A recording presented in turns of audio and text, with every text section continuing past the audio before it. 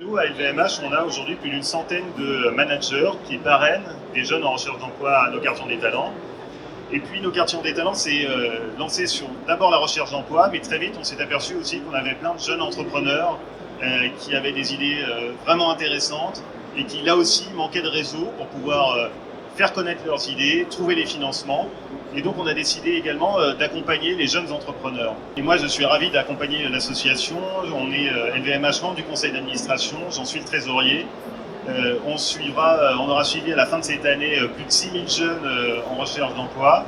Et parmi ces jeunes, en recherche d'emploi ou développant leur entreprise, et parmi ces jeunes, vous allez avoir la chance d'en rencontrer une qui porte un très beau projet, qui a une énergie formidable et à qui on voulait donner l'occasion de vous présenter sa jeune entreprise. Zora, je vous laisse présenter. C'est à vous. Mesdames, messieurs, bonjour. Alors, merci à vous d'être ici. Merci vraiment. Alors, je suis Zora Younsi. Je vais d'abord vous présenter qui je suis. Vous m'entendez ? Ok. Alors, mon parcours, disons qu'il est atypique. J'ai fait un master à l'université scientifique. Et puis ensuite, j'ai fait un MBA commerce international. Je suis de la région parisienne et je ne trouvais pas de travail. Un jour, j'ai rencontré des bénévoles de nos quartiers des talents. J'ai échangé avec eux et j'ai été intégrée dans le dispositif Nos quartiers des talents pour m'accompagner dans ma recherche d'emploi, pour rencontrer des personnes très moteurs dans ma vie aujourd'hui, qui font que l'année dernière, en 2016, j'étais présente à Vivatech 2016. J'ai également présenté mon CV via Nos quartiers des talents.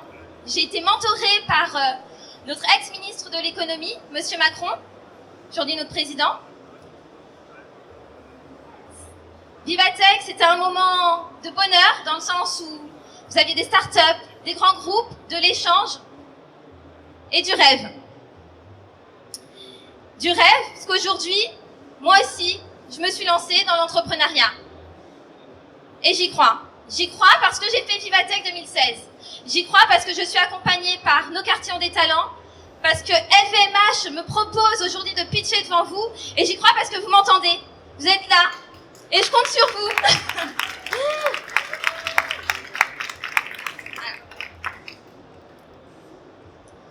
Donc, je vais vous présenter TouchLock. TouchLock, c'est un projet qui est né d'une expérience personnelle. Et oui, il y a à peu près un an, j'étais installée tranquillement à la terrasse d'un café, en pleine discussion, donc pas très attentive sur mon environnement. Et soudain, une personne m'a dérobé mon sac. C'est ballot. C'est beaucoup de stress, c'est beaucoup de perte de temps en termes administratifs. Et quand je me suis présentée au commissariat, on m'a dit que je n'étais pas la seule. C'est 360 000 Français qui sont concernés par le vol de sacs dans du déclaratif, c'est-à-dire qu'on estime qu'il y en a beaucoup plus. C'est aussi des touristes qui viennent nous rendre visite en France qui sont victimes de ce type de vol. On a une augmentation aussi du nombre de vols, plus de 2,5% en 2016. Et aujourd'hui, c'est 17% des Français qui expriment un sentiment d'insécurité. Alors, avec mon équipe, on a pensé à TouchLock. TouchLock, c'est un cadenas biométrique connecté à votre smartphone, ou à votre bracelet, ou à votre montre connectée. Pourquoi ? C'est pour dissuader des vols. Et puis, c'est pour vous rassurer dans votre quotidien. Alors, notre solution, elle est simple.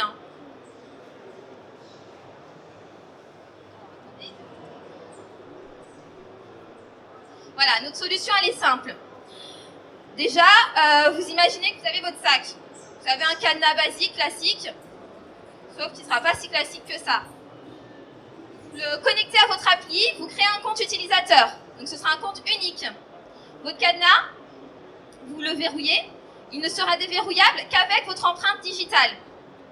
Ce qui signifie que si quelqu'un tente de vous dérober le sac, la première chose, tenter de le déverrouiller, ce sera impossible. Deuxième chose, ok, c'est un cadenas, c'est peut-être pas suffisant. Oui, parce que quand je me suis fait voler, moi, je n'étais pas au courant que je me faisais voler. Et c'est le problème de pas mal de personnes. Une alerte, ça peut être pas mal. Donc, on a développé une alarme. Vous allez avoir une alarme sur le cadenas et une alarme sur votre smartphone ou votre objet connecté. Ce qui signifie que, comme quand vous sortez de la maison, petit réflexe, vous activez l'alarme, vous allez avoir votre téléphone qui vous appelle et qui vous prévient qu'une personne tente de dérober votre matériel à la maison. Comme votre voiture, ça sera un réflexe. Je sors de ma voiture, alarme. Vous vous posez à une terrasse, alarme. La batterie tient suffisamment longtemps pour vous permettre de passer de superbes journées avec votre cadenas biométrique. Pourquoi une alarme? On veut aussi que la personne qui vous dérobe votre sac soit remarquée, soit visible. Et puis, vous pourrez géolocaliser ce cadenas. Donc, vous aurez suffisamment de temps pour être réactif et retrouver la personne qui vous a volé ce sac.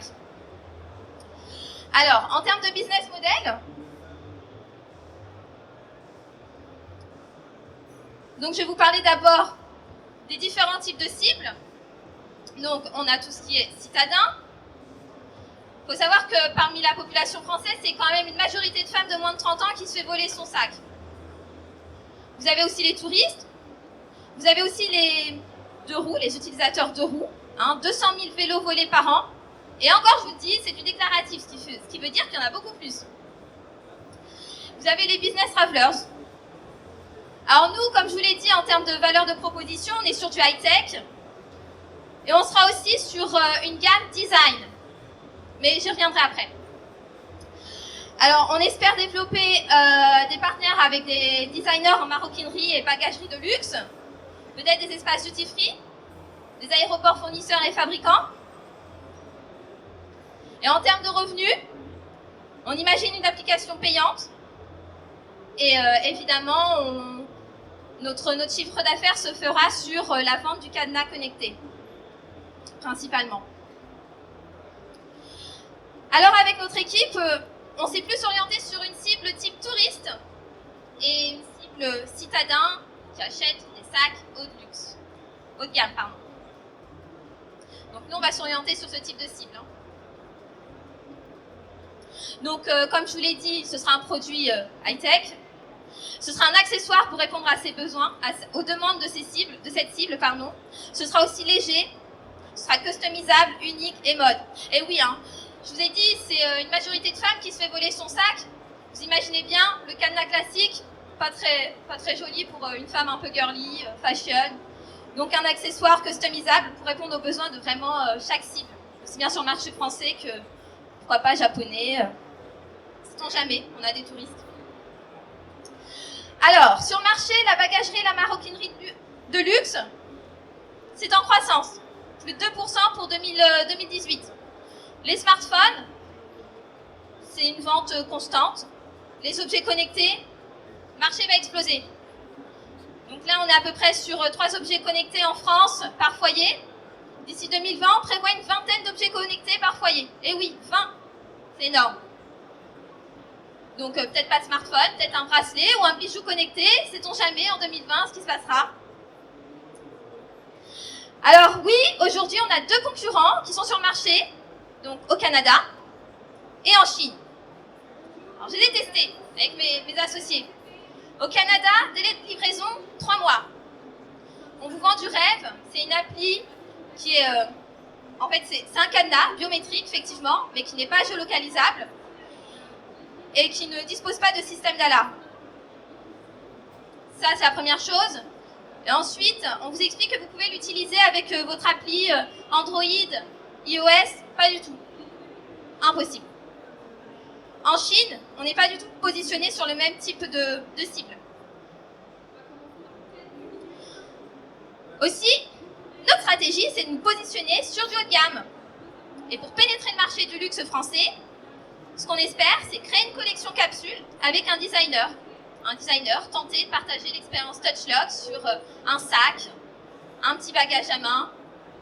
Pourquoi pas, si vous êtes là. Alors, notre plan de financement. Notre plan de financement, on estime à peu près, bon, on est assez modeste, 3300 ventes. En termes de positionnement de prix, on sera sur de la compétition hors prix. On ne sera pas sur du 100 euros, 200 euros, mais beaucoup plus.